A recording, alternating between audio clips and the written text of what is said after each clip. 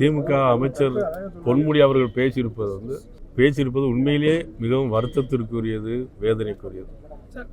உங்கள் வீட்டில் உங்கள் அம்மா, என் வீட்டில் என்னுடைய அம்மா, உங்கள் வீட்டில் உங்களுடைய மனைவி, என் வீட்டில் என்னுடைய மனைவி, எனக்கு மகா இருக்காங்க, உங்களுக்கும் மகா இருக்காங்க. தமிழ்நாட்டில் ஒவ்வொருவருக்கும் ஒரு தாய் இல்லாமல் யாரும் தனியாகவே இருக்க முடியாது.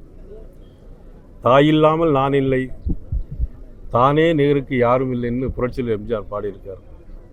அந்த மாதிரி ஒரு தாயை கேவலப்படுத்தி பேசுவது என்பது எவ்வளவு ஒரு அநாகரிகமான செயல், எவ்வளவு ஒரு மோசமான செயல். நீ எல்லாரும் தயவுசெய்து பத்திரிகை செய்தியாளர்கள், ஊடக நண்பர்கள் சிலதை அப்படியே விட்டுறீங்க. தேவையில்லாத விஷயத்தை ரிப்பீட் பண்ணி பிரேக்கிங் நியூஸ் ஜஸ்டின் போட்டுக்கிட்டே இருக்காங்க. ஆனால் இந்த நியூஸை யாராவது திரும்ப போடுறீங்களா? அமைச்சர் பொன்முடி பேசினாங்க. நீங்கள் தயவுசெய்து நினச்சி பார்க்கணும், ஊடக நண்பர்கள் ஆக எல்லாரும் தயவுக்கு நினச்சி பார்க்கணும். பெண்களை ரொம்ப சாதாரணமாக நினச்சிருக்காங்க திமுக காரங்க. அவங்களுடைய தேர்தல் அறிக்கையில் சொன்னாங்க, எல்லா பெண்களுக்கும் 1000 ரூபா கொடுப்போன்னு சொன்னாங்க. ஆனால் கடைசியில் என்ன தெரியுமா சொன்னாங்க? தகுதி வாய்ந்த குடும்ப பெண்களுக்கு தான் 1000 ரூபா கொடுப்போன்னு சொன்னாங்க. எனக்கு ஒரு விளக்கம் உங்களால் சொல்ல முடியுமான்னு எனக்கு தெரியல. ஊடக நண்பர்கள், யார் இந்த தகுதி வாய்ந்த குடும்ப பெண்கள்? இல்லை, யாராவது சொல்ல முடியுமா? தகுதி வாய்ந்த குடும்ப பெண்கள்னா யார்? இல்லை, நான் திமுகவுக்கு எதிராக சொல்லணுங்கிற கருத்தோடு நான் சொல்லலை. இன்னைக்கு தமிழ் நாட்டினுடைய பாரதிய ஜனதா கட்சியினுடைய தலைவர் என்கின்ற முறையில் மட்டும் நான் சொல்லலை. நாமும் ஒரு மனிதன், சராசரி மனிதன். யார் தகுதி வாய்ந்த குடும்ப பெண்கள்? இதை பார்த்துருக்கிற பெண்களெல்லாம் யோசிக்கணும். ஆனால் ஆசான்னு முன்னாள் மத்திய அமைச்சர் என்னெல்லாம் பேசியிருக்காரு தெரியுமா? ஒரு தாயை கொச்சைப்படுத்திலாம் பேச. அதற்கு பிறகு திமுக ஆட்சிக்கு வந்திருக்கு, பெண்கள் ஓட்டு போட்டிருக்கிறாங்க. இன்றைக்கி அமைச்சர் பொன்முடி அவர்கள் பெண்களை நிற்க வச்சு அல்லது நெத்தியில் இப்படி நேராக கோடு போட்டால் இப்படி படுக்க வச்சு கோடு போட்டால் அப்படின்னு பெண்களை பேசியிருக்காங்க.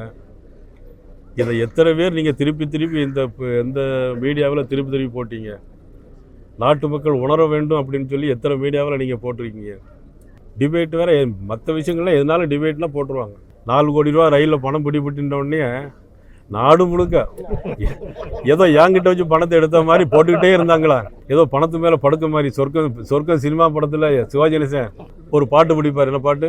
அதோ அப்படி கனவுல படுத்துருப்பார் உள்ள. அது மாதிரி பணத்து மேலே படுத்துக்க மாட்டான் போட்டாங்க சன் டிவியில். இல்லை, சன் டிவியில் பொன்மகள் வந்தால் பொருள் கோடி தந்தாள். இதில் சன் டிவி எங்கே இருக்குது? யார் சன் டிவி காட்டுங்க பார்க்கலாம். நீங்கள் தானா? நீங்கள் இப்போ இதை மட்டும் பொன்முடி மட்டும் ரிப்பீட் பண்ணி போடுங்களான்னு பார்க்கலாம். அதை திரும்ப போட்டுட்டு இருந்தாங்க. ஆனால் எனக்கு தெரிஞ்சு இத்தனை வருஷம் தேர்தல் முடிஞ்ச பிறகு ஒரு கேஸ் இப்படி எடுக்கிறது இதுதான் முதல்ல. அதுக்கு சிபிசிஐடி விசாரணை வேற. அது எப்படின்னா இன்னும் தேர்தலுக்கு 1 வருஷம் இருக்கு. சரிங்களா? திமுக ஒரு இலக்கோட இது பண்ணி பயணிக்காங்கல்ல, ஒரு 200 தொகுதியை வெற்றி பெறணும், அது மாதிரி ஏதாவது இருக்கா? எனக்கு 234 தொகுதியிலும் வெற்றி பெறணும். என்னுடைய இலக்கு அதுதான். தேசிய ஜனநாயக கூட்டணி 234 தொகுதியிலும் வெற்றி பெறணும். இன்னைக்கு மின்சார கட்டணம், உங்கள் வீட்டில் பில் எவ்வளோ கட்டியிருந்தேன் முன்னாடி? மின்சார கட்டணம் 300 மடங்கு கூடியது. இப்போ உங்களோட வீட்டு வரி எவ்வளோ கட்டுறீங்க? நீங்கள் சன் டிவியில் சொல்லுங்களேன் பாருங்க, வீட்டு வரி எவ்வளோ கட்டுறீங்க? இப்போ எவ்வளோ கட்டுறோம்? இதெல்லாம் யார் மேலே சுமத்தப்படுது? பால் விலை இன்றைக்கி எவ்வளோ கூடுது? ஆக இன்றைக்கி தமிழ்நாட்டில் யாருமே ஒன்றுமே தெரியாத மாதிரி நாங்கள் 200ல் ஜெயிப்போம், 200ல் ஜெயிப்பாங்க. அதாவது மக்களுடைய மனநிலை மாறி இருக்குது. நிச்சயமாக தேசிய ஜனநாயக கூட்டணி மிகப்பெரிய வெற்றியை பெறும் என்பது நாங்கள் உறுதியாக இருக்கோம். கொள்கை ஏரியா இருந்தால் எல்லா கட்சியும் ஒரே கட்சியாயிருமே. ஒவ்வொரு கட்சிக்கும் ஒவ்வொரு கொள்கை இருக்குது. எங்களுக்கு தேவை அவங்களுடைய கொள்கை அவங்களுக்கு, எங்களுடைய கொள்கை எங்களுக்கு. எங்களுக்கு தேவை இந்த தமிழ்நாட்டில் திமுக இருக்கக்கூடாதுதான் எங்களுக்கு. அதுக்கு நீங்கள் கூட்டணி வந்தாலும் உங்களையும் சேர்த்துக்கிறோம். சந்தர்ப்பாத கூட்டணி இல்லை, தமிழக மக்களுடைய நலன் சார்ந்த கூட்டணி. நான் இது வரைக்கும் எந்த முயற்சியும் பண்ணலை. அதாவது கூட்டணியை பொறுத்த மட்டும் அகில இந்திய தலைமை முடிவு பண்ணுவாங்க. அவங்க சொல்கிறபடி அந்த கூட்டணி அமையும். நிச்சயமாக தமிழகத்தில் ஒரு நல்ல வலுவான கூட்டணி அமைந்து தமிழக மக்களுக்கு ஏற்றம் பெறுகிற வகையில் மத்திய அரசுடைய நலத்திட்டங்கள் அனைத்தையும் நேரடியாகவே செய்யக்கூடிய அளவிற்கு தமிழகத்தில் தேசிய ஜனநாயக கூட்டணி ஆட்சி அமையும்.